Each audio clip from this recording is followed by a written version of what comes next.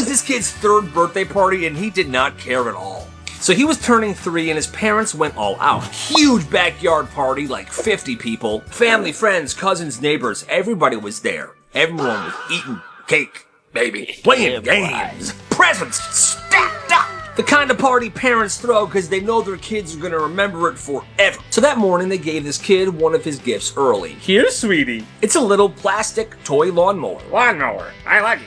The kind that clicks when you push it, and he loves it instantly. He won't put it down, and they're thinking, good, great, best gift ever. So the party starts, people show up, kids are running around, everyone's having a fantastic time. And meanwhile, the birthday boy isn't anywhere near everybody because he's in the front yard, slowly mowing the lawn with his fake lawnmower. Just walking back and forth, pushing that little mower. He's completely locked in. And the party's happening in the backyard. Everyone's trying to get him involved. Like, hey, come on, buddy, come on, open some presents. Doesn't even respond, just keeps mowing the lawn. Hey, bud, it's your Uncle Joey. Come on, let's have some cake. Doesn't care.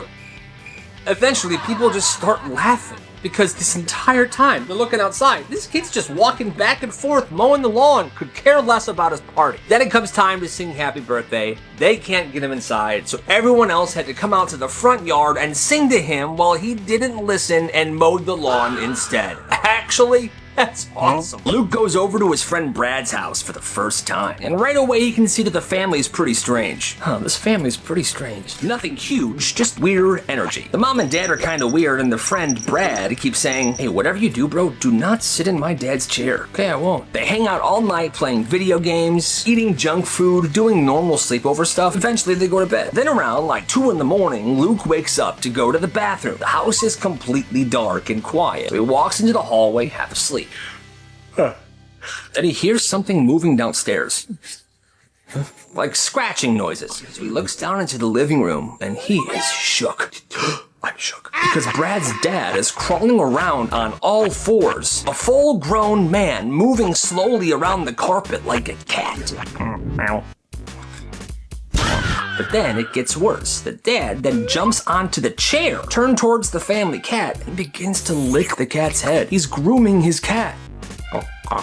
And the cat's just sitting there like, yep, this is normal. Luke said his brain just completely shut down. He ran out of that house, ran 2 blocks away, called his mom, and his mom came to pick him up. He never went to that house or talked to Luke ever again after that. Oh, that's insane. This kid came back from summer break like 4 inches taller. Hey, what's up, guys? And everybody noticed immediately. Bro, what happened to you? Yeah, you're like tall now. And he just says, growth spurt. And the thing is, he had been the short kid forever. So now he's walking different, he's feeling different. He's standing straighter, he's talking in class, making jokes. People are complimenting him constantly, and he's popular now. But then a few months later, it's gym class. Everyone's playing kickball outside, and this kid is taking it seriously. He's talking trash.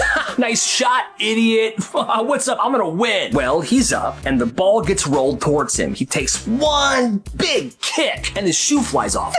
Oh no. Now, that's not a big deal, but then he had to go get his shoe. At first, everyone's like laughing, like, your shoe fell off, no big deal. But as he begins to walk towards his shoe, they notice that he's limping. Yo, bro, why are you limping? You good? Yeah, I'm fine. Don't worry.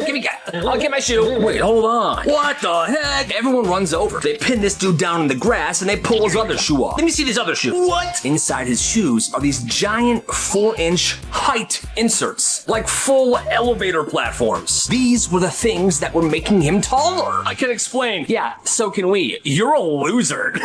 And the rest of the year after that, kids were brutal to him. Kind of feel bad, but you guys, doesn't matter how short or tall you are, just rock it. This kid goes to the arcade one weekend and finds something sitting on the carpet right next to one of the machines. It's a key. At first, he thinks it's just a random key, but then he realized it looked a little different, so he tries it in one of the machines. It works. The machine opens to the area where it keeps all of its tickets, and it works on every single machine in the arcade. So now he realizes, I have so much power, but I better be careful. Now this is the town arcade that all of the kids go to, and the prizes that arcade gives out for tickets are these unique prizes that you can't find anywhere else. So what he does is he plays it safe by slowly stealing tickets little by little until he has a giant amount. He would then take these tickets to school. Look what I have. Is this for the town arcade? dude, give me some. What do you got? And he's trading these tickets for basically everything. Lunch, desserts, homework answers. One kid traded him a pair of barely worn Jordans. Here, have them right off my feet. Oh, this gets you a bunch of tickets here. Now, eventually, the arcade catches on because these kids kept coming in and redeeming tickets, although they never even played a single game there. Boss, something's weird here. The managers are confused, and the machines get checked. And after that, the key didn't work anymore. But by that point, this kid had so much random stuff that it was fine with it. I regret nothing. Legendary barter system. Senior year, somebody pulled the most evil school prank anyone has ever seen. Started during first period in math class. Dead quiet, the teachers are writing notes on the board, and out of nowhere, faintly, you heard Baby Shark Song. What is that? The whole class looks up, the teacher stops writing. Whoever's playing that, turn it off! Then the music cuts off and everyone's confused for a second. Then 10 minutes later it happens again. But it's louder this time. Yo, what's going on? This time, it wouldn't stop. The song was on repeat. People are laughing, the teachers are losing their minds, and the staff is looking for where this is coming from. Nobody could find it. And then a little bit later, it gets worse. The song is playing everywhere. It's obviously coming from multiple different speakers. In the science room, in the bathrooms, above the cafeteria, and every single speaker is synced together. And it disrupts the entire school day because kids can't focus, teachers can't teach. Every time they find one speaker, the other ones get louder. Apparently, the seniors had hidden these Bluetooth speakers in ceiling tiles, nooks, crannies behind lockers. There was even one in the trophy case. It took almost 3 full hours to find each and every one of them. Let's just say every single student and teacher in that school had Baby Shark stuck in their head for at least a month after that. That, my friends, is genius. There was this girl on the swim team named Maddie. Hey! And Maddie hated swim practice more than anybody alive. Because every day after school, the team had to get on this humid, disgusting bus and drive across town to the Park District pool. The bus had towels everywhere. The chlorine smell always trapped in the seats. Some kid always eating goldfish crackers for no reason. They're delicious. They're so good. Then after they get to the pool, 3 straight hours of misery would begin. Sprint laps, flip turns, the coach screaming, "Swim faster, you idiots!" People were literally throwing up after they were done. Then one day during practice, the lifeguard suddenly blows the whistle. Everybody out of the pool! Apparently, on the other half of the pool, a kid taking swim lessons pooped, and swim practice was canceled instantly. Everybody goes home, and Maddie realizes this is a life hack. So the next week, she goes to swim practice unusually happy. Hidden in her hoodie pocket is a fake plastic poop from the prank store. Halfway through practice, everyone is exhausted doing their sprints. Maddie casually swims to the deep end, drops the fake poop in, and pushes off the wall. At first, nobody notices. Then one kid surfaces and goes, "Poop! Poop!" Instantly, people begin freaking out. Everyone's climbing out of the pool. The lifeguard blows the whistle. The coach looks. Yep, that's poop. Pool gets shut down, practice gets canceled. At this point, the coach and the swim team had left, but the lifeguards, as they began to clean, they realized this is not a real poop. Nobody ever proved it was Maddie.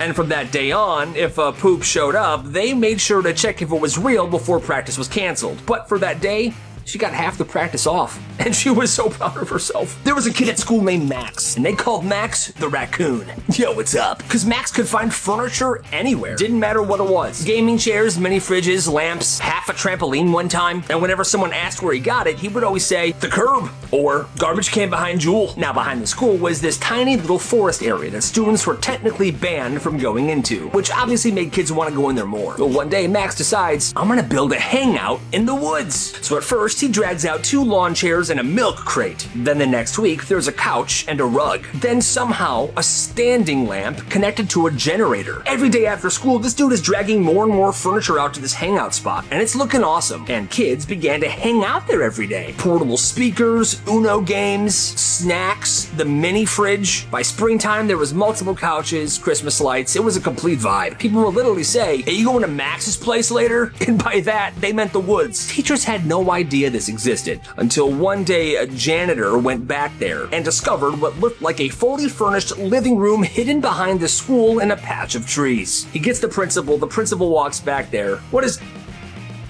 Oh my god. He had everything removed, but he did say, that's impressive. And it was impressive. Every winter, this one patch of ice formed outside the side entrance of the school, and nobody ever salted it. And kids figured out something fast. If you hit it at full speed and land just right, you'll just keep on sliding. It was this long stretch that if executed properly, kids could just slide for what seemed like ever. Groups of people were doing it every morning. Yo!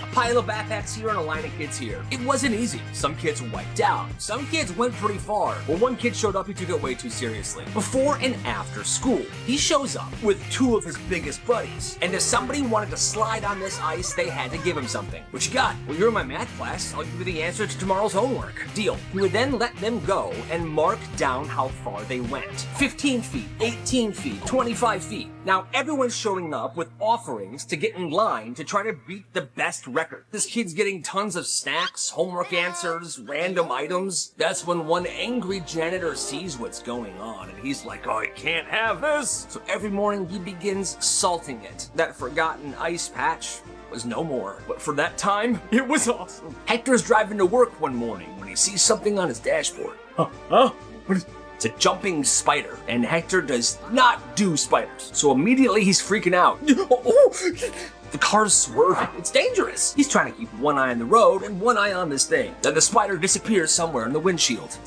He's gone. For now. The next morning, Hector gets in the car to go to work, and the spider's back. This time, Hector kind of sighs. He's like, all right, just stay there, okay? And weirdly, after a while, he gets used to it. That spider's there every morning.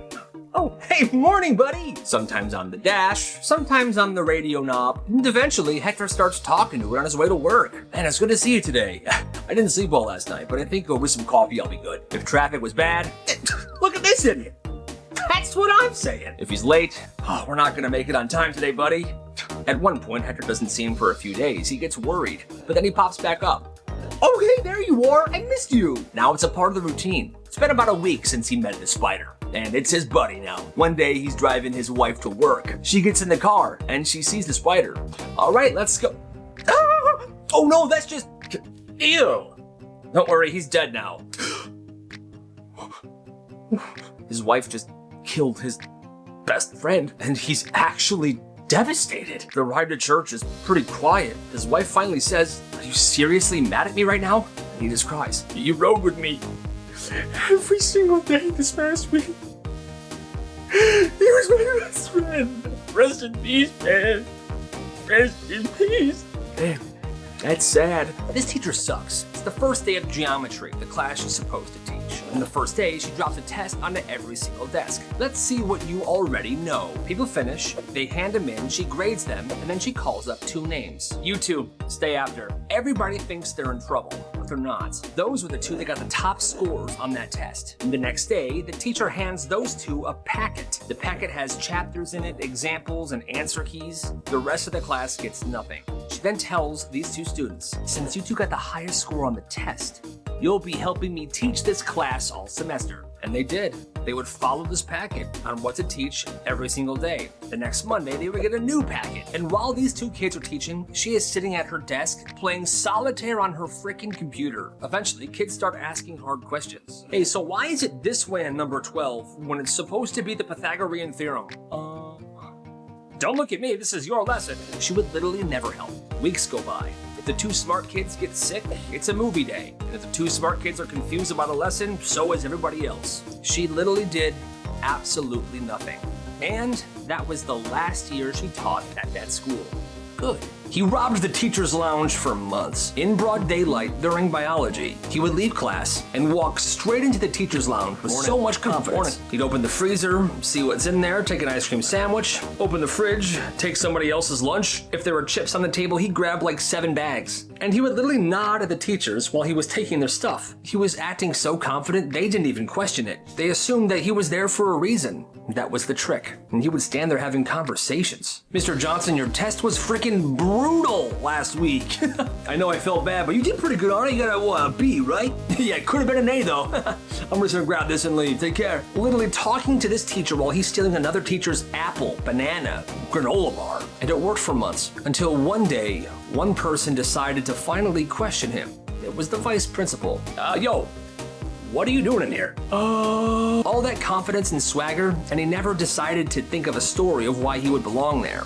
So he was busted and suspended for 5 days. The biggest, burliest guy finds a baby squirrel in his yard. Oh my god, it's a baby squirrel. This dude's an ex-trucker, built like a linebacker. He hears a tiny squeaking sound in the grass. Hey, little guy, come with me.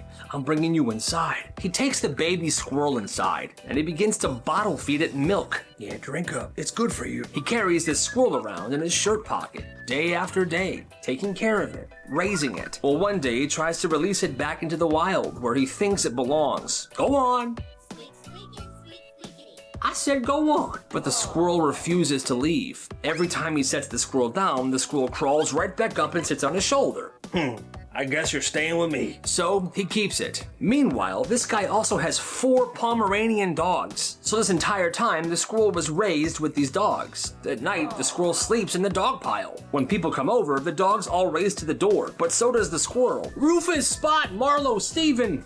Oh, there he is, Nutty! To this day, that squirrel is this guy's best friend. The dogs are too. But hey, that's amazing. They're going on a family trip, and their flight is at 5 in the morning. That's so early, Dad. It's just for 3 days. Pack your backpack. You'll be fine. Backpack. He nods. He packs his backpack. His parents don't check it. They assume he's got it. Well, fast forward to the next morning. They're standing in the security line. Shoes off, laptops out. The dad's stressing. I'm stressing. The kid steps up to put his backpack in the conveyor belt, and he tells the security guy, there's a surprise in there. The guy's like, excuse me? There's a surprise in there for everybody. Hey, yo, what? At this point, the security guard's like, yo, what the heck does this kid have in his backpack? They pull the kid to the side. They pull the backpack away. The mom is like, oh my God, what did you pack in there? You'll see. Security guard unzips the backpack. His face changes. Son, what did you pack? You, come here, okay? What the heck is this? Inside the backpack was dozens and dozens of rubber duckies. Tiny, bright yellow, each one wearing a different outfit. Sir, ma'am, your child packed about 200 rubber ducks. You can have one. So can your friend. Everybody can have one. Everybody around starts laughing, and the kid passes out these rubber duckies to as many people as he can. And honestly, that is super wholesome. It's a big family birthday party. All the cousins are the same age, around middle school. There's cake everywhere, balloons, pizza crusts on the couch. By 8 p.m., the party's over. The adults are done. One of the aunts says, all right, kids, that's a party. Nobody's leaving till we all help clean up. One cousin says, no, I'm not cleaning this. I gotta go home, man. I mean, I don't want to clean it either, but what do we do? I have an idea. That cousin then just drops to the ground. Full body collapse right on the floor, and everyone's screaming, oh my God, Corey! Corey, wake up! The kid's not moving at all. One of the cousins is like, okay, bro, joke's over, stop. But Corey is just committing to this. His eyes are closed, he's limp, he's silent while people are shaking him. Come on, Corey, get up, get up. What he didn't know was one of his uncles was in the kitchen and called 911. So now, paramedics burst into the house. Where is he? Where is he? That's when he's like, I'm better now. Everybody explodes. The parents are furious. The cousins are like, bro, that was way too far. He's grounded for months. The ambulance leaves, and now all the cousins are forced to clean up double time. They didn't just have to clean up from the party. They had to now clean all the bathrooms and rake the yard. It was insane. So his little bit to get him out of cleaning made things 10 times worse. There was this kid in middle school who was so fast at taking tests. He would always finish before everybody else. Done. Math test, first one done. History quiz, sped through it. One day it was a Scantron test, and he finishes it in less than 10 minutes. It then gets graded, and the teacher comes over. Hey, you, nobody finishes a 60-question test in under 10 minutes. You cheated. I did not. The class is quiet. The two of them argue for a long time. The principal gets involved, and finally, fine, you know what? You stay after school, we're taking this test. Just you, me, and the principal in the same room. And what she does is she switches the answers on the Scantron, so it's different now. Well, after school, he sits down, he gets a different version of this test, and he goes. In 7 minutes, he's done. Grades it on the spot. Another 100%. But this isn't possible. Mrs. Johnson, I think he's just really smart.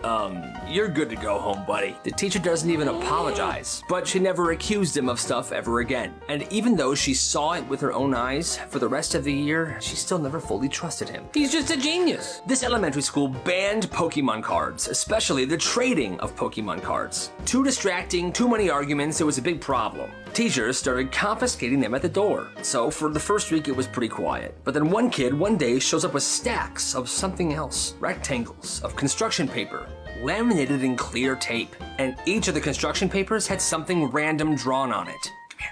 I made my own trading cards. He made his own trading cards. Thousands of them. So what he did is he created a formula, and then he just repeated that, like cards of a mailbox, a broken pencil, a rock with a smiley face on it. And on the back he would write stuff like trash can, 100 HP, wet sock, ultra rare, milk, super ultra rare. And he called them real world cards. He would sit at home for hours, cutting, measuring, drawing, making sure that only a few packs had the milk or the wet socks. And he would sell these packs at school, $5 each. People laughed at first, but they started taking this seriously when someone pulled a golden fire hydrant. There was only one golden fire hydrant card that existed in these packs. And so students started wondering, what other rare cards were they? And business began booming. It became a bigger problem than the Pokemon cards, and the school tried shutting it down, but this kid kept making them and selling them. And because it was only construction paper, colored pencils, and tape, he could do this anywhere. People started making counterfeits, so he had to figure out how to show that his were legit. It was insane. Eventually, the school found a way to shut this down as well. But for some time, this kid created the biggest trading card game that school had ever seen. Even bigger than Pokemon. It snowed heavily overnight. It's now early morning, and this retired guy is snow blowing his driveway. Milk, milk, milk. He clears his driveway, then he does his neighbors to the left, and then his neighbors to the right. He usually does those just as a neighborly friendly thing because they're also old. He parks the machine, goes inside, and puts on The Sopranos. Hey, gabagool. Tony's gabagool. The doorbell rings. He opens it, and it's a woman from like 5 doors down. She just moved in. Hi, why haven't you done our driveway yet? I'm gonna be late for work. I saw you do these two. When's ours gonna be done? Ma'am, this is not a service. I do a favor for these two because they're old, like me, but I still got my good knees. I'm sorry. You would think she'd be like, oh my gosh, how dumb of me. How dare I assume that you're gonna do our driveway? But no.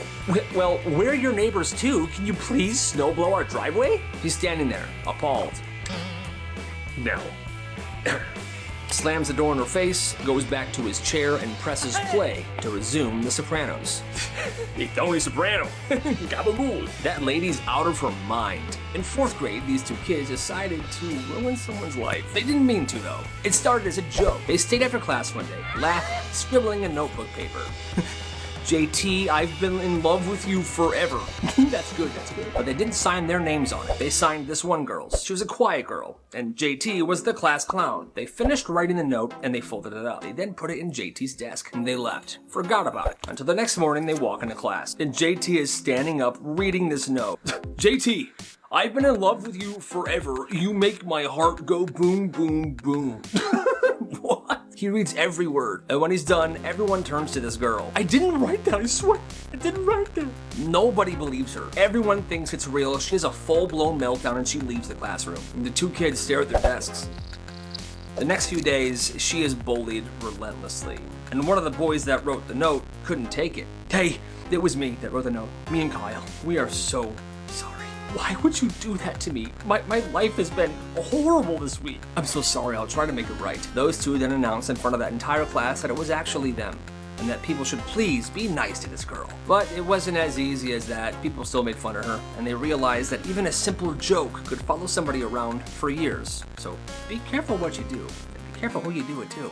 Be nice, everybody. He had a crush on this girl for months. They were in the same last period class. Hey, what's up, Carla? Hey, Bryce. Well, 3 days before Valentine's Day, he decides he's done being scared. So instead of just asking her out like a normal person, he buys one of those school singing Valentines. $10, one singer, he comes to your class and sings to your crush. All set?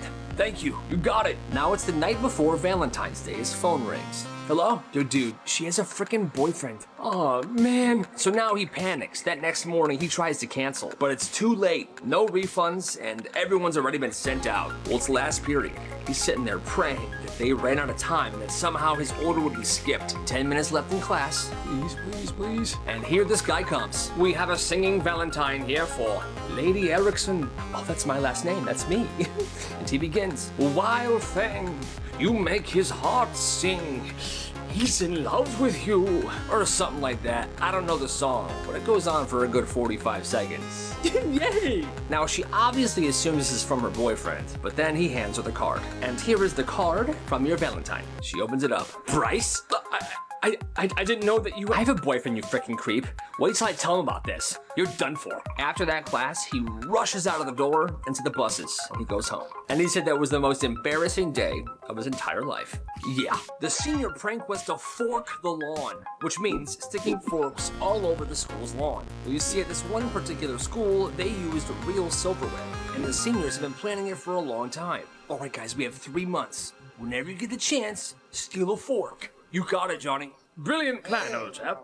Every lunch period, they would be taking these forks secretly, and they were doing it slowly so it seemed like a natural disappearance of silverware. By the end of spring, the seniors had hundreds of forks.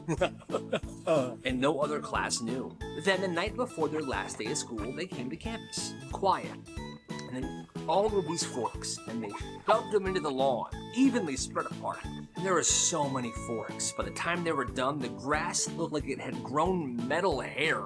It's beautiful. Oh, take that wig off. And the next day, administration went crazy. And the thing was, there was only one custodian left for that school year. This older guy. My name's Mr. Johnny. Hey, Mr. Johnny, can you please pull these forks out of the lawn? I don't want anybody tripping. Oh, okay. And there he was, down on his hands and knees, pulling these forks out of the grass, hundreds of them. Bending, sweating, he's working alone. A teacher finally came in to try to help him. Hey, Mr. Johnny, you can... That's when he saw his face. Mr. Johnny was crying. Thank you. That prank then went down in school history, but nobody ever talked about the guy that had to clean it all up. Hey, respect Mr. Johnny. This senior class pulled a crazy prank. One night before school, they sent a few people out to pet stores to buy buckets and buckets of crickets. Oh, we got this. This is gonna be the best prank ever. Then, right before lunch, they poured buckets of crickets into any trash can they could find. Well, that day during lunch, a fight broke out. People were pushing and shoving each other. Hey, wait a minute. A crowd begins to form. And amidst all this chaos, these garbage cans got knocked over. And I guess the crickets that have been sitting in there saw this as an opportunity to go crazy. So now there's this wave, this swarm of crickets just going all over the place, and people are freaking out. It turns into chaos. Nobody knows why there's an army of crickets, and somebody pulls a fire alarm. Within minutes, the school loses complete control. And at the end of the day, pest control is there trying to fix the situation, trying to get rid of all these crickets, and I guess they did their best. Weeks go by, and months, and crickets are still showing up. In classrooms, in lockers. Years later, every so often, you could hear them at night in the ceiling, all because of one senior prank. And honestly, that's legendary. This mom spent 5 years telling everybody in town that her son was a monster. He cut me off. He hasn't talked to me in years. She would go on Facebook and post these long, crying rants about how family is everything and how she didn't understand why her own flesh and blood would just stop speaking to her. I'm a heartbroken saint of a mother. She was really making herself the victim. I just don't get it. I gave him life, and now he won't even answer a text. I've done nothing but love him. Well, her son eventually caught wind of all of this, and he decided he was done being the villain in this story. He finally posted a comment on one of his mom's crazy posts. He didn't write much. It was a simple question. Hey mom, glad you're doing well. Quick question, where's my Honda? People commented. The truth finally came out. A few years back, her son let her borrow his car because her transmission was out and she needed to get around for a few days. But the day he dropped it off, all right mom, keys are on the ignition, I'm gonna get an Uber back home, you're all set. Thank you, son. Well, that day she didn't drive it to work. She drove it straight to a car dealership. And it wasn't a formal car dealership. It was some random guy, and she sold it to him. Yeah, I'll take it. Here you go. She then used that money to put towards a new car for herself. Why on earth would you do this? I needed something reliable. You're young, you can walk. I can't believe you. But she got mad at him. She said that, oh, quit complaining. You should be happy for me. But obviously, he wasn't. And that's why he never talked to her. Good reason. He pre-ordered a cake for his mom's birthday. Okay, I'll pick it up soon. It was a custom order. He walks into the bakery, gives the pickup name, Carlos. Okay, I have your cake right here. Then a woman steps closer to him. Hi, that's a really nice cake. It is, right? Can I have it? No, sorry, it's a custom-made cake. But custom-made cakes take so long, I want yours. The guy just turns his back to walk away, but this woman turns him around. Okay. No, don't walk away from me. Excuse me? Give me that cake right now. Absolutely not, it's my mom's birthday cake. Well, me and my kid want it more than your mom. This guy sees the kid buyer and looks at him. Leave me honest. The kid doesn't even care. The worker comes over. Hey, what's going on in here? I want that cake. The worker says no, so this woman tackles the guy. Hey man, run! Take your cake and get out of here! The guy then escapes the shop with the cake, while this woman and the worker are fighting on the floor. The cops were called, and that woman was arrested. But seriously, who crashes out that hard over a cake? Doesn't make any sense to me. She's nuts. This kid rode his bike to a grocery store. Yeah. He's using some of his summer job paycheck money to buy some snacks, chips, and sweets. He buys them, goes outside, and sets down the bag while he's unlocking his bike. Yeah, set you right here, unlock the bike. When he unlocks his bike and looks around, the bag is missing. Where is it? That's when he sees this kid, younger than him, stuffing the stuff in his backpack. And the kid runs home. Yo, what the heck? That's it, I'm gonna follow him. He takes his bike and follows this kid to his house, knocks on the door. The mom answers. Yes? He stays calm. Yeah, your son took my stuff. I got some groceries and some snacks. I saw him put it in his backpack and run away. I just want it back. My kid would never steal. I saw him do it. If you don't leave my house right now, I'm calling the police because of harassment. Well, he doesn't leave. They call the police, and 5 minutes later, the cops show up. They hear both sides. They then say, kid, open your backpack, please. Okay. And there the stuff was. Chips, sweets, everything. Yeah. Give it back, please. Give him the stuff bag. Cops leave, the mom shuts the door in this kid's face, and they go their separate ways. But that's so embarrassing for that mom. That kid didn't learn anything, because a couple days later, he went to the guy's house that he stole stuff from, and he threw eggs at it. What a little jerk. They had just moved into a house in the woods. All right, family, here we are. Go check the place out. We're gonna be so happy here. So they only been there for a few weeks. Every once in a while, some wild turkeys would show up in the yard. 5, maybe 6 of them, and they would just wander around. Nobody thought anything of it. Hey, look, kids, the turkeys are back. Yay! Well, Thanksgiving comes around, and although there are turkeys by the house, this guy doesn't hunt one, he goes to the store and buys one. He cooks the turkey, the table's all set, and now the dining room table is right in front of this giant window. Well, he puts the cooked turkey down, he grabs his carving knife, and he starts to carve this turkey. Okay. Well, as he's deep into the carving, he looks up and out the window. I kid you not, there were 15, maybe 20 wild turkeys lined up, staring directly inside this guy's window as he's carving the turkey he just cooked. What? Honey, I'm hungry. Is food almost ready? Sweetie, look. They're watching us. What? He lowers the knife, takes the turkey, brings it into another room where there are no windows, and he finishes carving it there. And then once this guy moved to a different room, one by one, those turkeys went back into the woods. That is wild. Every kid at this one school got a Chromebook. It was for homework, and they were allowed to take it home. Well, this one kid's mom wanted to punish her kids one day, so she took away the Chromebook so they wouldn't have access to the internet. Mom, I need the Chromebook. I don't care. I'm locking it up until your behavior improves. Okay, well, now, naturally, this kid's grades begin to sink because he doesn't have the Chromebook or the internet to do his homework every night. So the mom gets mad again. Your grades are absolutely horrible. Mom, you took the computer. I don't want to hear it. So the mom installs locks on this kid's bedroom door. And it wasn't like a cheap lock. It was a fingerprint lock. So if he wanted to sleep, he had to ask for permission. The mom also changed the house locks as well to only open for her fingerprint. So someday he would get home from school and he would have to wait outside. This is horrible. I hate my life. He explained to his teachers what was going on at home, and they tried calling the mom and talking some sense into her, but the mom always said, I know better than the school, I know better than you teachers, I know better than anyone, okay? This went on from when he was 14 to 18 years old. At 18, he moved out of the house immediately. And now the mom, of course, is like, hi, it's your mom. Why don't you come see me anymore? You never visit. He never visits. I wonder why. There was this kid named Silas who hadn't spoken since the 6th grade. Silas went 3 years without making a sound, until he ended up in Mr. Garrett's algebra class. I'm Mr. Garrett. Now, Mr. Garrett was a notorious power tripper. He loved picking on kids for no reason. Well, that particular day, he was really laying into this kid named Leo. Well, are you stupid, Leo? I asked you for the answer 10 minutes ago. Stand up. Sit down. Now, Leo was a freshman, and he had a stutter.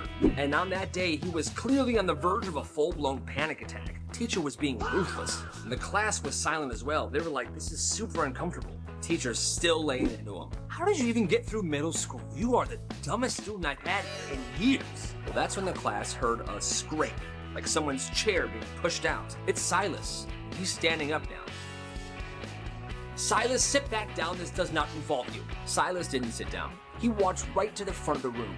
He stood between the teacher and the kid, and he spoke for the first time in 3 years. He's not the one who's stupid, Mr. Garrett. A good teacher doesn't need to bully a 15-year-old to feel powerful. So there's something weird about you.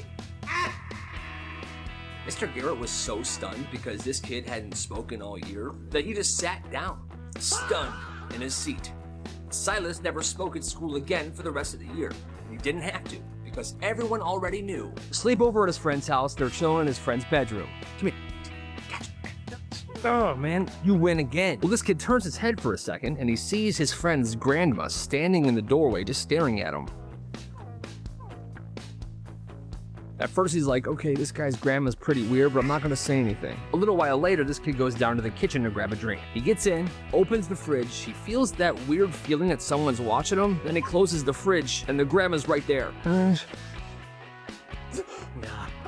It's like she appeared out of nowhere. He heads back upstairs to hang out with his friend, and they close the door this time. His friend says, hey yo, my dad's gonna run me to the store really quick to buy something for school tomorrow. You good here? Yeah, I'm good, man. I'm tired. I'm probably just gonna take a nap here, close my eyes. All right, I'll be back in a second. Kid closes his eyes, and he's just dozing off for a little bit. That's when he feels the mattress shift. He opens his eyes.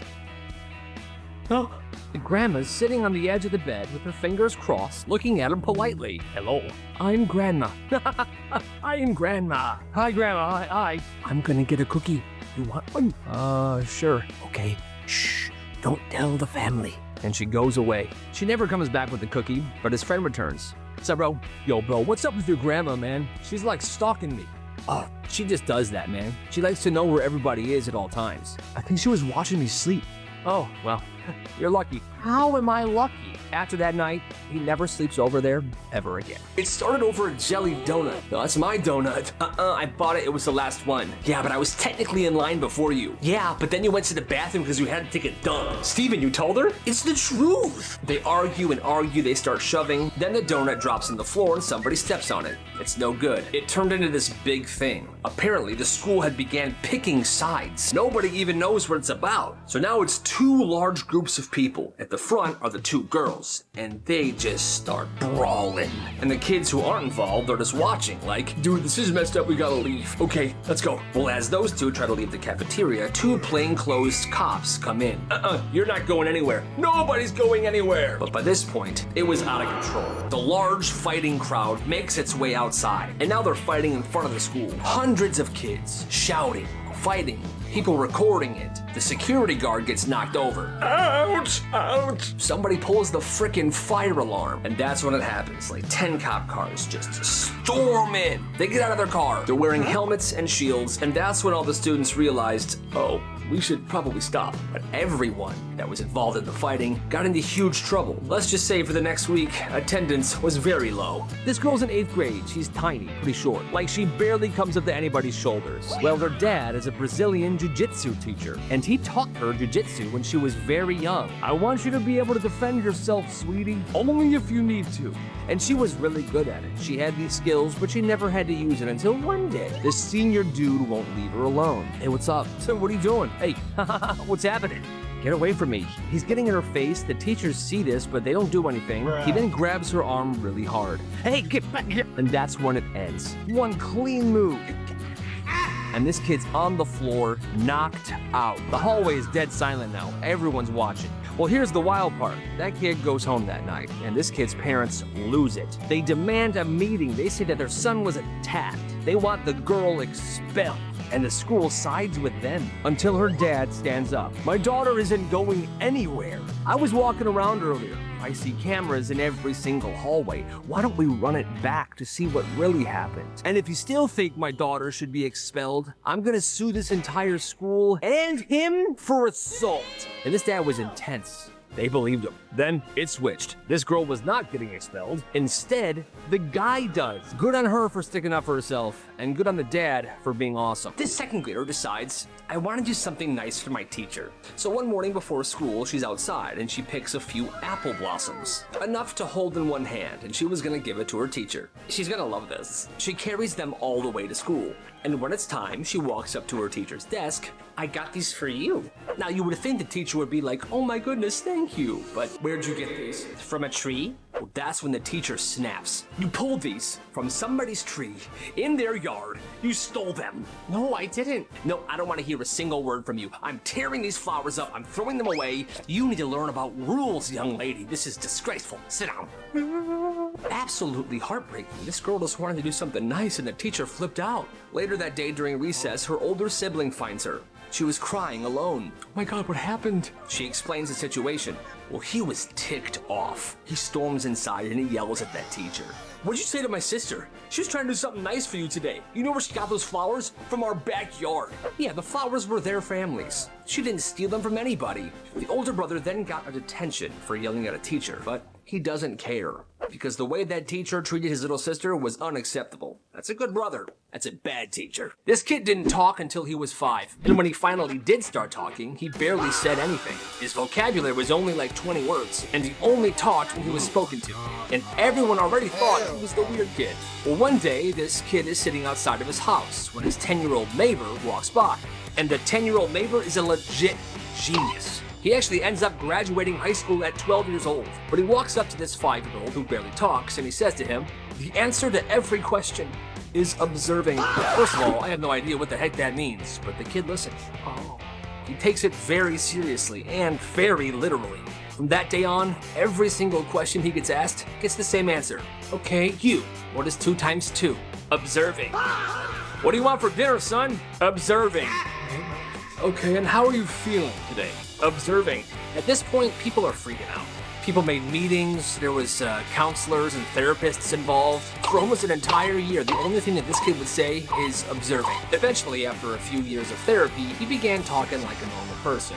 But hey, that's not hilarious. This kid had a fish allergy, and he always told his mom, Mom, I can't eat fish, I'm allergic. And he's not like die allergic, but if he has fish, he'll get sick. Headaches, vomiting, but his mom refuses to believe him. No, you're not. Eat the fish. She would force him to eat the fish, saying that he's not allergic, and then when he does eat it and gets sick, she gets annoyed. Oh my God, you're dramatic. Clean up after yourself. Well, one night, the mom's hosting a big dinner party, and this kid is 9 years old. Everybody's eating. His mom hands him a fish fillet in front of all the guests. Here you go, sweetie, eat this. Let me know how it is. Mom, I told you I can't eat fish. That's not true. That's not true, everybody. That's when the kid realized, okay, I'm gonna eat the fish. He eats the fish. Everybody's watching.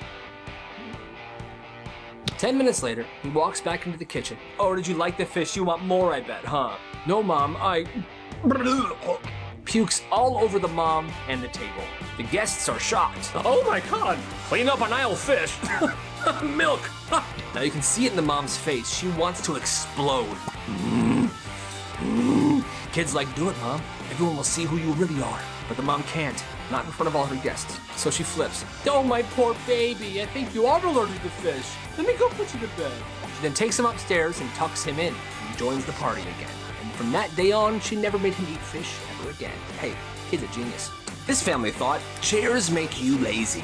So they were forced to always stand when they were eating. Breakfast, standing at the counter. Lunch, standing around the island.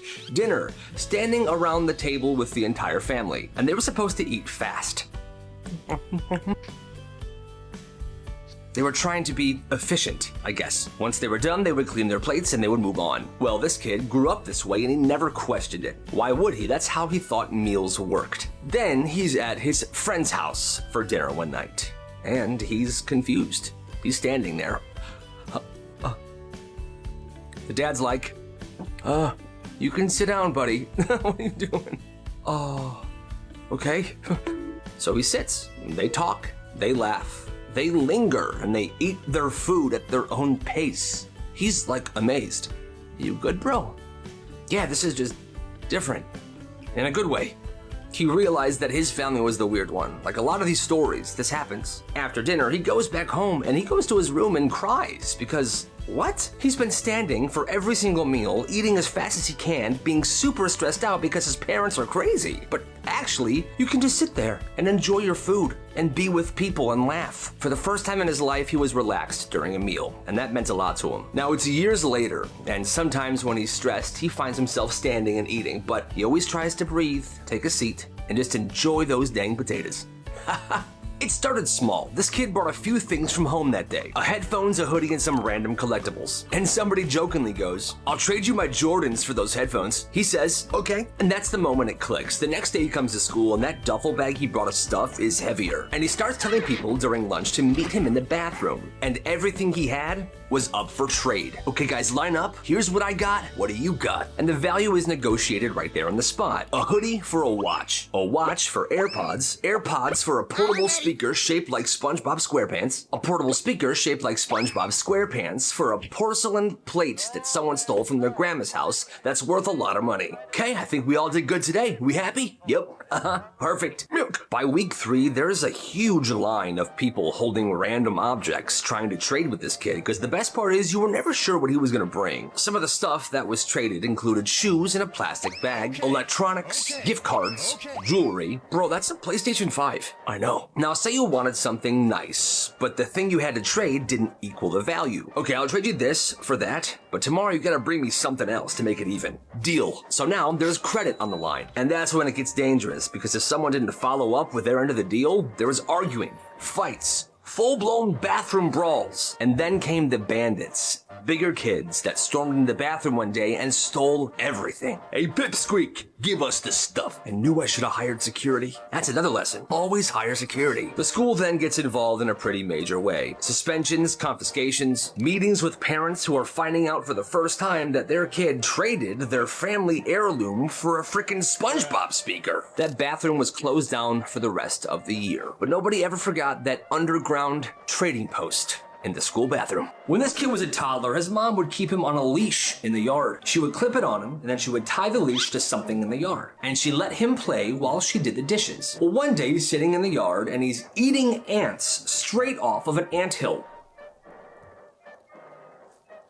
Just literally grabbing them and eating them like they're frickin' popcorn. Well, that's when he gets curious. So he takes a handful of this anthill and starts stuffing his pockets. He's stuffing his pockets with ants so he can have a snack for later. This kid then takes the harness off of himself and begins walking towards the street. Just him, free, with a pocket full of ants. The mom sees this and goes outside to start to get him, but as he reaches the road, a van pulls up. This dude opens the van and grabs him and puts him in the van. "Yeah, kid, get in, kid." There's another guy inside. There's a guy driving the van and another guy in the back seat. So now it's this dude, the kid, and the other dude sitting in the back seat. Now his mom is losing it. The car peels off. She's screaming, chasing this van. But inside the car, everything changes. The guy who grabbed them starts screaming. "What? No. Get him off me! Get him off me!" He's thrashing, panicking, because guess what happened? This toddler's pockets, like I said, were full of ants, and now they're everywhere in the van. This guy loses it. He just yanks open the van door and throws this kid into a ditch. Car's gone. The mom finds the kid moments later, alive, well, covered in ants, and eating them. And honestly, that's the craziest story I have ever heard. For almost a year, this kid kept reporting the same bully to the office. "He beat me up again." And every single time, the school staff reacted the same way. "Okay, we'll look into it. He's just being dramatic." And this bully was ruthless. Locker shoves, he would slap the books out of his hand. He started rumors about him. Hey, he uses onions as soap. But the school staff kept saying, "We'll keep an eye on it." "I'm not doing nothing."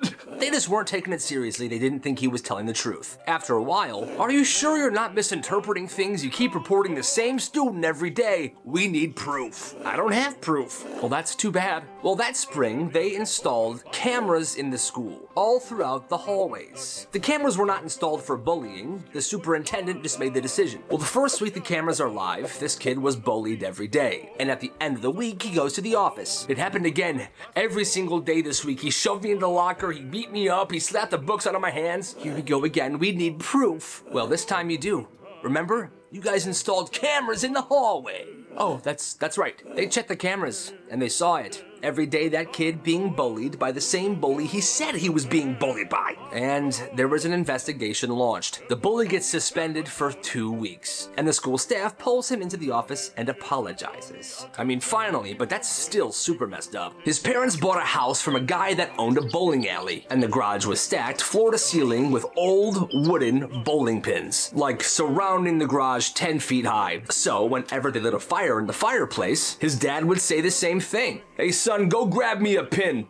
Okay, sure thing, Pops. Then his dad would use that wooden bowling pin to start a fire in the fireplace, and to him, that was normal. Bowling pins equaled logs. Well, years later, he's at his first sleepover at his friend's house. It's a cold night, and the friend's dad wants to start a fireplace in the fire. Okay, everyone, I'm gonna start a fire. Well, this kid sees this as a moment that he can help. He wants to be helpful, so he stands up immediately. Cool, I'll help. Where do you keep your bowling pins? Bro, what? They were all confused, like, what do you mean, where do you keep your bowling pins, you freaking weirdo? The dad finally laughs and explains to him that people can just use logs to start a fire, not bowling pins. And that's when it hit him. He was the weird one. His entire childhood fireplace experience was insane. And then he watched his friend's dad light a regular log in the fireplace, and he was disappointed. Because he said, bowling pins, they burned better.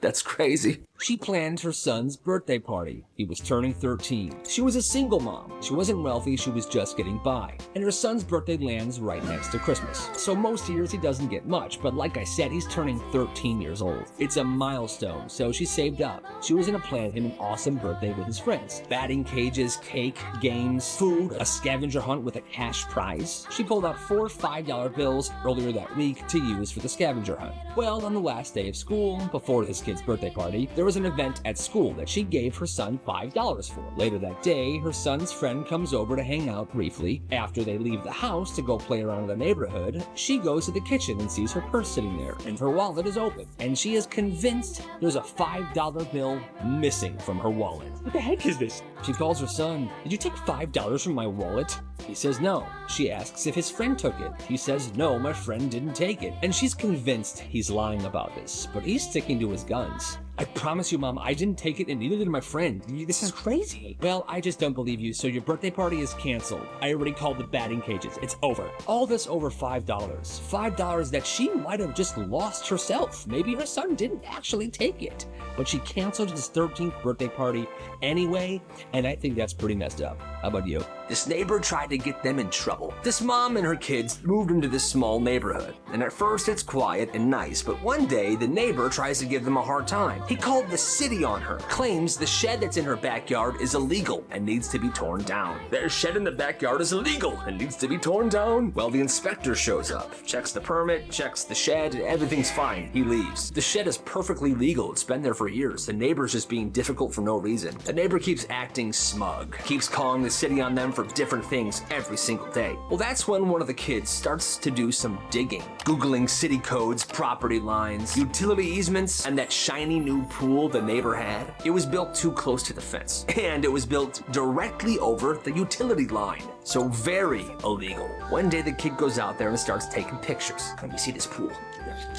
Photos sent to the city, reports filed, and the city gives him a choice. You gotta move the pool or fill it in. How am I supposed to move the pool? Exactly. So he was forced to drain it, tear up the concrete, and fill it in with dirt. $40,000 down the drain, quite literally. And that is some petty revenge. This teacher was so strict for no reason. Her class was the only class in school that had this rule. No backpacks at your desks ever. They stay in your locker. Backpacks couldn't be under your chairs, couldn't be under your desks, couldn't be leaning against the wall. And if you forgot something, too bad. No trips to your locker, no borrowing stuff from other students. She wouldn't even lend kids a pencil if they needed it.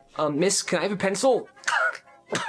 If you forgot your supplies, that meant a 0 for the day. Well, kids usually messed up. Some kids forgot their notebooks, some forgot their papers, pencils. It was a thing, and they were getting 0s. And she wouldn't even bend a little. You know the rule. Well, one day the class decides to coordinate. Every single student in that class on this particular day went in with nothing. No notebooks, no pencils, no pens, no papers, nothing. They were there just themselves. They sit down, they fold their hands in front of them, and they just stare ahead. The teacher looks confused.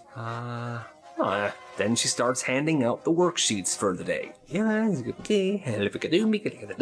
No one moves. Why is nobody writing? We all forgot everything today, Mrs. Cabinet. If we had our backpacks, maybe we'd have our stuff. Oh, well, you all know the rule. The entire class gets a 0 for that day. The next day, they do the same thing, and they get a 0 again. The third day in a row, the class is sticking to their guns. They're all showing up with nothing. They get a 0 again. Parents start calling, asking why their students' grades are tanking. The principal sits in one day and figures out what's going on. Milk! The students were then allowed to bring their backpacks to class. The frickin' protest worked. And those 0s got erased from the gradebook. Their grades were back to normal. That's right. This could have been so bad. In this one class, he used to sit in the same seat every single day. Front row in the middle, nothing too special about it. Well, one particular morning, he noticed the person that usually sits right to the left of him was absent. So there was an empty desk right there, and he decided for that day he was gonna sit there. Class then starts like normal. About 25 minutes in, there's a large crack. Then another. Then the overhead projector that is directly above his normal seat falls down and crashes onto that empty desk. That could have been you. Yeah, I know.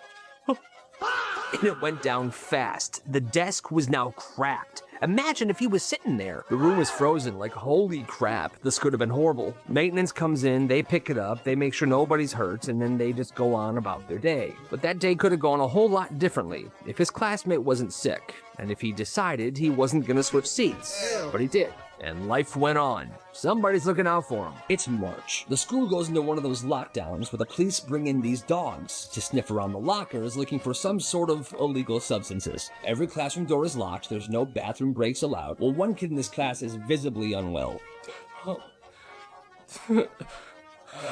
Pale, he's sweating. The teacher notices and goes over to him. "What's wrong?" The kid whispers back. "Do you think the dogs would go to my locker?" The teacher kind of pauses. Do you have something to be worried about?" Kid nods yes and says, There's a ham and cheese sandwich in there with extra mayonnaise on it. The teacher's confused. That's not a problem. You're allowed to have food." The kid says, "I know, but it's been in there since September. 6 months. 6 months this sandwich has been in the locker, and the kid is so worried about it, I'm pretty sure that sandwich smelled." This kid wasn't afraid of getting expelled. He was afraid that the dogs were going to uncover this weird biological event that was growing in his locker for 6 months. Luckily for him, the dogs didn't go by his locker and nobody uncovered the sandwich smell. But that teacher never forgot the fear on that kid's face. This English teacher was super chill. Okay guys, late homework can be turned in at any time up until the last week of school. Dude, that's awesome. You can turn your homework in up until the last week of school, and I'll take no points off. He figured that this would encourage students to just do their homework at their own pace and do it well. Well, one kid takes advantage of this situation. He doesn't turn in homework all year. Weeks pass, then months. The teacher assumes this kid just dropped the ball and that he's not going to turn it in ever. Until the final week of school. He brings a stack of worksheets and essays to this teacher's desk. And I mean stacks. All right, here you go. Yo, what is this? It's late homework. Remember what you said? I also emailed you 6 of the book reports, so those should be in your inbox now. All right, thanks, Teach. I hate my life. So now this teacher, on the last week of school, has to grade a crap ton of homework. It's the last thing he wants to do. Oh, I am never doing this ever again. The next year, all right, guys, welcome to class. Homework is due when it's due. There is no exceptions for late work. Dang, that kid ruined it for everybody. This is wild. So this couple lives in an old house. Winter hits and the mice show up.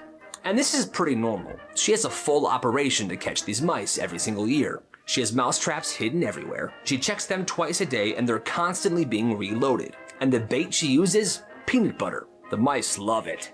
Yeah, I love it. I love it. At first, they only had one peanut butter jar that they used. And for every trap, she would use a clean knife. So she would go in, set the trap, throw this knife into the sink, grab a new knife, take the peanut butter, set the trap, watch that one. So she's never double dipping the mice knife into the peanut butter so it doesn't get contaminated. It's too many dishes, it's too much work, but then she finds this peanut butter jar in the cabinet, the kind that her husband hates. Hey, I found this peanut butter jar in the cabinet. Do you mind if I use it for the mouse traps? Yeah, it's totally fine. She writes in the lid in big letters, mouse only. She puts that on the sides as well. It's impossible to miss. And now she was finally able to double dip the knife in the peanut butter to set the traps. So this peanut butter is now fully contaminated with like mice cooties. Well, weeks later, her husband's eating a peanut butter and jelly sandwich. He calmly says, you know, I really don't like creamy peanut butter. She freezes. Which jar did you use? That one. The frickin' mouse jar. That's the peanut butter I use to set the mouse traps. It is 100% contaminated. He loses his frickin' mind. I'm losing my frickin' mind right now. That's disgusting. He says she should have hidden this jar. How would he know that it was for the mice? Because I wrote mouse only all over it. She points out that he agreed to this. It was labeled, and he ignored everything. He was angry at her for weeks, but she did nothing wrong. This one is on him. In this house, the entire family did something crazy. Every night, an alarm went off at 2 a.m. School nights, weekdays, holidays, it did not matter. Everyone had an alarm. And when it rang, you got up. You would then head down to the kitchen. Your milk.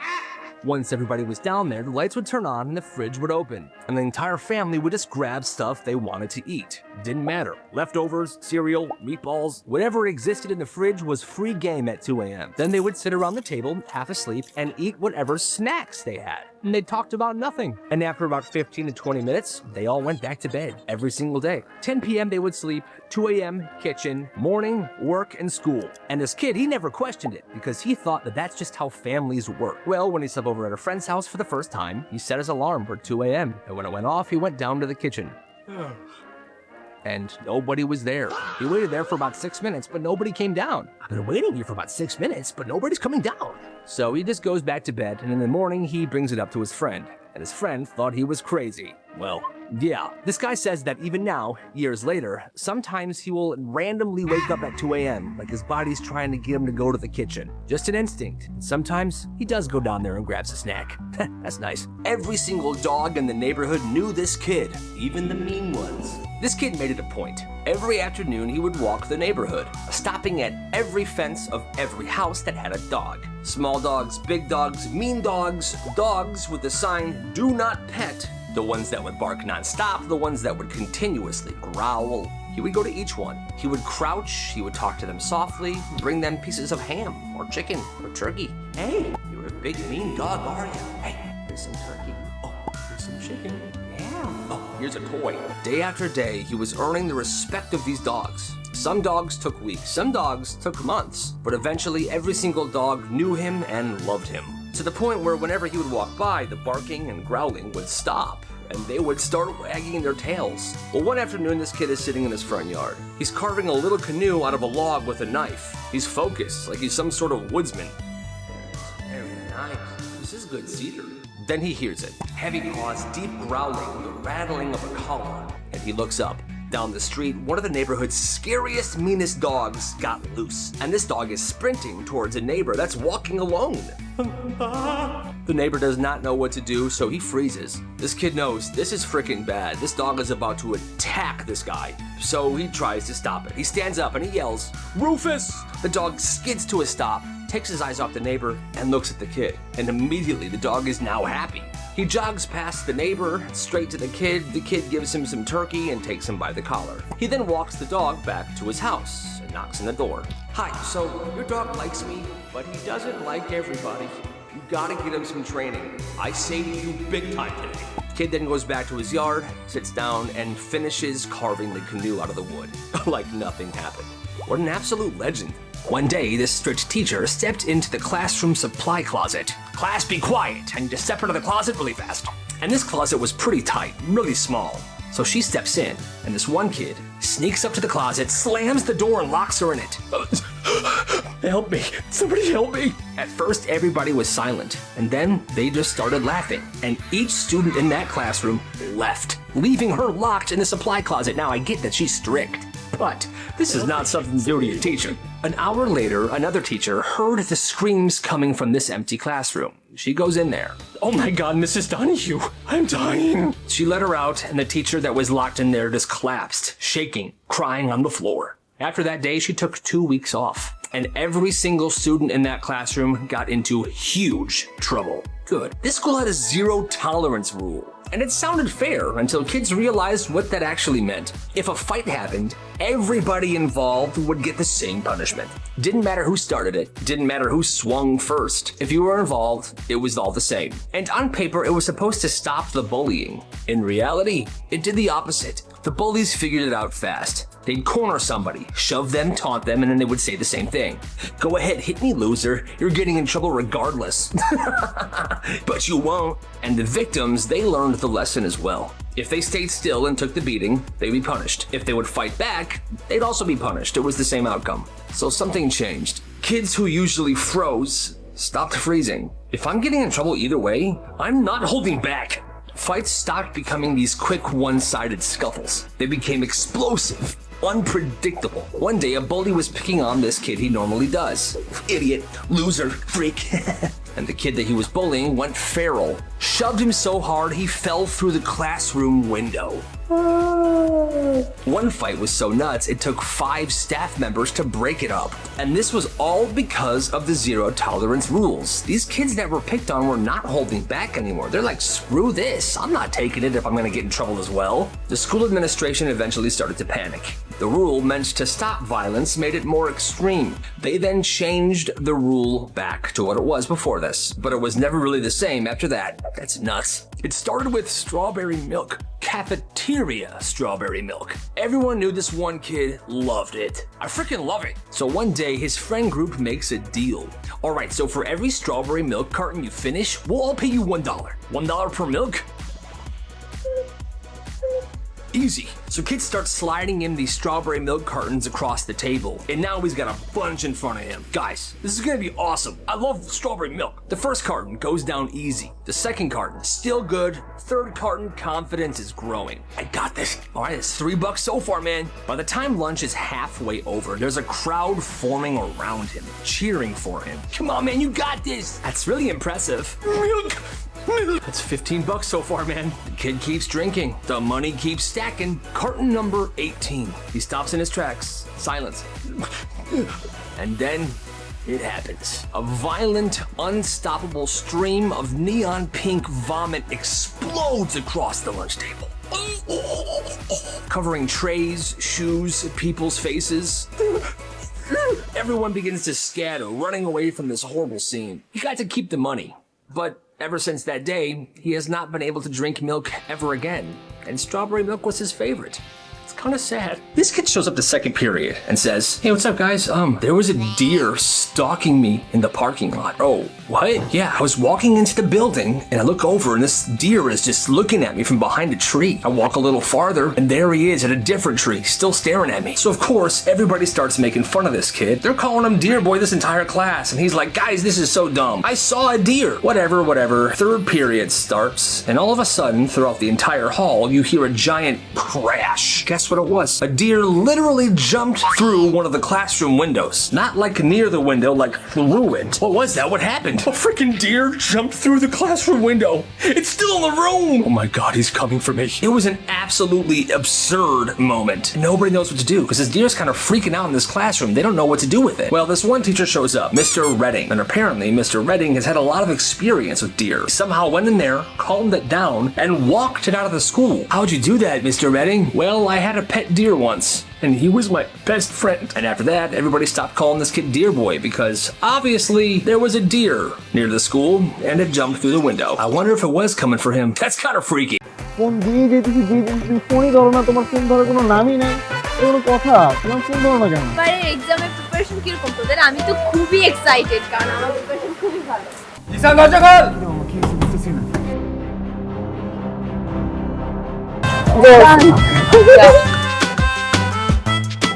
সুন্দর মতো যাবি, ভাবির নামটা জিজ্ঞাসা আর শোন, ভালো মতো কথা কবে, ভাবি লাগে। খালি ফাপড় আর চাপাবাজি, ফাপড় আর চাপাবাজি, এই বাদে আর কিছু পারছস? বুকিং? বুকিং মানে বুকিং, তুমি আমার আমি তোমার, বুকিং দিয়ে দিছি, ফাইনাল। আমাকে বুকিং দিছে মানে আমাকে কে বুকিং দিছে দোস্ত? তোর যে আশিক আছে না, এখন তো আমার পিছনে লাগছে। এই এই দুলাভাই সামনে থাকলে যে সালাম দিতে হয়, আপনি শিখাই নাই তোরা? কেমন আছো তুমি? ভালো। আমাকে জিজ্ঞেস করবো না রক্তটা দিবি তুই? আমি কেন রক্ত দেবো? প্রেম খরচ তুই, রক্ত। আমার বন্ধু জিসান আপনাকে অনেক ভালোবাসে ভাবি, আপনার ওর রক্ত যাওয়াটা বিধে হতে দিবেন না ভাবি।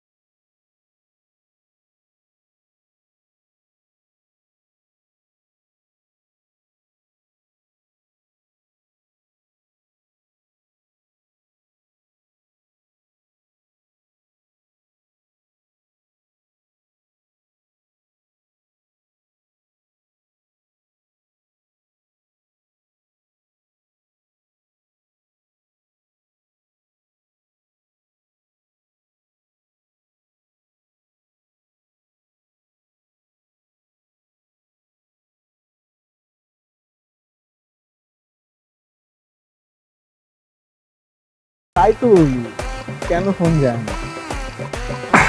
না, তোমার নাম্বারটা তাড়াতাড়ি করে বলো। ঘন্টার পর তো গার্লফ্রেন্ডের লেগে ওয়েট করতে পারো, আর বন্ধুর লেগে 2 মিনিট ওয়েট করতে পারবা না? ও এখন আমার দোস্ত, তাইলে তো বন্ধু রিত লেগে গেল। আরে বেটা এত লাফাইস না, যেরকম শুনতেছি পরীর মতো এরকম করলে তো বেটা। বাদ দে, কালকে 4টা দেখা হবে। ঠিক আছে মামা, ঠিক আছে মামা, ঠিক মতো যা। হালা পারলাম না রে। আরে তোর তো হাওয়াটা একটু হয়ে গেল। তুলি, তুই তো সুন্দর নাম। আচ্ছা শুন, আমি জিসান, আই লাভ ইউ। আপনাদের তো চিনলাম না। আমার বড় বোনের যে দেবরগুলো আছেন তো সবাইকেই চিনি, বাট আপনাদেরকে তো চিনি না। যাইতে দে, আর আমার খালা লাগে। কোথায় বলটা? ভালোবাসা যে এত প্যারা, এত কষ্ট, এত জ্বালা যন্ত্রণা, জানলে ভালোই বাসতাম। জিসান আর তুলির ভালোবাসার ইতিহাস, তাই রক্ত লাগবে। আসসালামু আলাইকুম দুলা ভাই। আরে শালা, ওয়ালাইকুম আসসালাম। কি খবর, কেমন আছো? বান্ধবীও তো যায় না, এতবার ফোন দিলাম ফোনও ধরতেছে না। তুমি একটা ফোন দাও তো, ফোন বের করো। কি বলেন দুলা ভাই, ও যায় নাই? কথা হইছে, ভাইয়া বলছে যে ভাইয়া আমাদের কোচিং এর সামনে আর আসবে না, আর তোকে ডিস্টার্বও করবে না। ছাড়বো না। কারণ না, আমি 1 থেকে 3 গুনবো না বাবা। প্রেম হইলেই হবে, প্রেম হইলে এমনি ডিফারেন্স হবে বাবা, আমার খালি ওরে দরকার।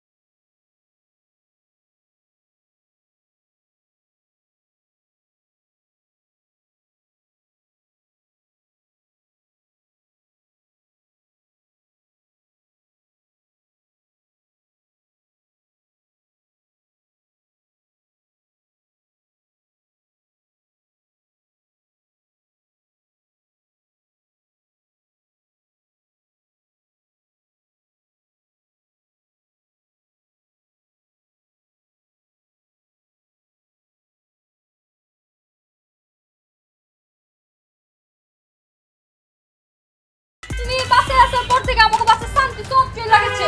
আয় হায়, খাইছে করছোটা কি তুমি? তুমি একটা ভিডিও কল করে পাঠাও প্লিজ, প্লিজ। কবে আমগো দেখা করছেনটা কি এটা আবার লগে? এমন চিপা মাইটা দিয়েছেন, কেমন ঠান্ডান বউ? তারপর তো ভয় কাঁচে মুচু খায়া গেছে গা, তারপর আবার দুর্নাম করতে হইব। এই তোর কি তোর দামি ফোন আইসে বাপ জান, রাইতে ঠিকঠাক মতো ঘুমাইছে তো নাকি বাসায় গিয়া আব্বা জান রে কইবেন? কি করছো যেটা তুই বাজার রে বাজার যাও চুইছে আজকাই করছে সম্মান সব পাঞ্চার করে দিছে। মাগার দোষ আমারও আছে, আমি একটু বেশি বাড়াবাড়ি করে ফেলছি। চলো না আমরা বাড়িতে ফিরে যাই। তুমি কি পাগল হয়ে গেছো নি? এইটাই আমার বাড়ি এখনতে। চৌধুরী সাহেবের সাথে আমি কি কথা কইছি? তুমি কোনো কথাই কই নাই কে? সাজান তোমারে কইলো এত দিচ্ছেন, হ্যাঁ দিচ্ছেন না? এলা বাইরন, আমার বাড়িতে বাইরন। একবারে হাসা করছেন আব্বা যা।